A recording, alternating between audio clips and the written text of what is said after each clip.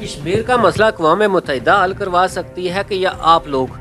کشمیر کا مسئلہ اس وقت حل ہوگا جب راجہ فاروق حیدر، بیرسٹر سلطان یا دوسری جو سیاسی جماعتیں ہیں، یاسین صاحب، ایک آواز سے کشمیر بنے گا خود مختار، ہم کیا چاہتے آزادی، تو اس وقت انشاءاللہ تعالی کشمیر کا مسئلہ سالوں نہیں مہینوں کے اندر اندر حل ہو جائے گا۔ جموں کشمیر لبریشن فرنٹ جو جماعت ہے اس کو فنڈنگ کہاں سے آتی ہے، کون کرتا ہے، کس طرح نظام چلتا ہے؟ بہت اچھا سوال، بہت ویلڈ سوال۔ سب سے زیادہ میرے خیال سے جتنا میں نے سنا پڑھا دیکھا کہ سب سے زیادہ پابند سلاسل وہ رہے، سب سے زیادہ تشدد انہوں نے برداشت کیا، ایون کہ ایک مرتبہ انہوں نے پتہ نہیں چوتھے پانچویں کے چھٹے مالا سے چھلانگ بھی لگائی اور زخموں سے چور چور ہوئے، لیکن پھر بھی وہ بھارتی فوج ان کے اندر سے آزادی کا جذبہ نہیں چھین سکے، اور آج بھی وہ جیل میں بند ہیں، عمر قید کی سزا ہو گئی ہے، صرف یہاں پر نعرے لگائے جاتے ہیں، اور وہ بھی آپ کی جموں کشمیر لبریشن فرنٹ کے جو لوگ ہیں الگ الگ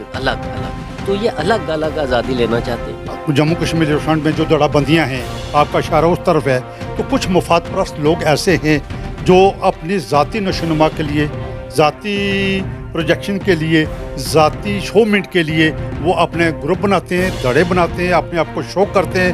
وہ ہم نے یہ سنا تھا کہ اگر ہمیں یہ چاندنی چوک والے کچھ کرنے نہیں دیتے، اگر یہ ہمیں اجازت دیں، جب ہم الگ ہوں گے تو ہم گیٹ نمبر 4 پر جائیں گے یا فلاں گیٹ پر جائیں گے۔ آج 3 سال ہو گیا ہمیں الگ ہوئے، آج کوئی ایک آدمی ثابت کرے کہ ایک مارچ لاڑ کے پار تک کی طرف دوسرے دڑوں نے کیا ہو۔ میرا خیال ہے، مجھے نہیں پتا کہ کوئی ہوا ہے یا نہیں، اور جہاں تک مجھے علم ہے کہ وہ لاڑ انہوں نے اس نیت سے نہیں کراس کیا کہ ہم گیٹ نمبر 4 کی طرف جائیں گے۔ یہ صرف اور صرف جو نوجوان نسل ہے اس کو گمراہ کرنے کے لیے، اس کے ذہن میں یہ باتیں ڈالنے کے لیے کہ ہمیں یہ لوگ کچھ کرنے نہیں دیتے۔ اور میں یہ سمجھتا ہوں کہ یہ جو لوگ آئے جن کے انڈیا نے کروڑوں روپے ان کے سر کی قیمت رکھی ہے، ہمیں ان پر فخر ہونا چاہیے کہ ایسے مفاد پرست لوگوں کو سلام کرنا چاہیے، دور سے ڈاٹا کرنا چاہیے۔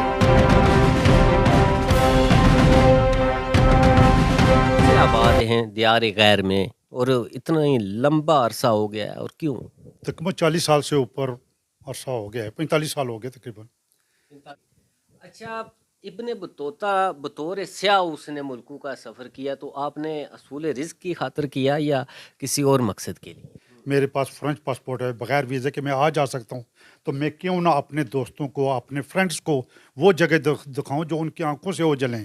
بنگلہ دیش کس غرض کی خاطر گئے تھے؟ جو سوشل میڈیا پر لوگ مجھے دیکھ رہے ہیں وہ یہ جانتے ہیں کہ پاکستانی روپیہ وہاں کے ٹکے سے بہت نیچے ہے۔ 6 کلومیٹر کا پول، 3 دورائے ادھر سے جاتی ہے روڈ اور 3 آ رہی ہے، وہ انہوں نے سمندر پر بنایا، اور ہم 100 میٹر کا یہ اریاں پل نہیں 20 سال ہو گئے، 18 سال ہو گئے، تو یہ میں سمجھتا ہوں کہ یہ شرم کا مقام ہے جو ہماری موجودہ حکومت ہے اس کے لیے۔ یعنی کہ مشرقی پاکستان جو بنا وہ ترقی یافتہ ملک ہے۔ بالکل اس وقت وہ ترقی کے منازل طے کر رہا ہے۔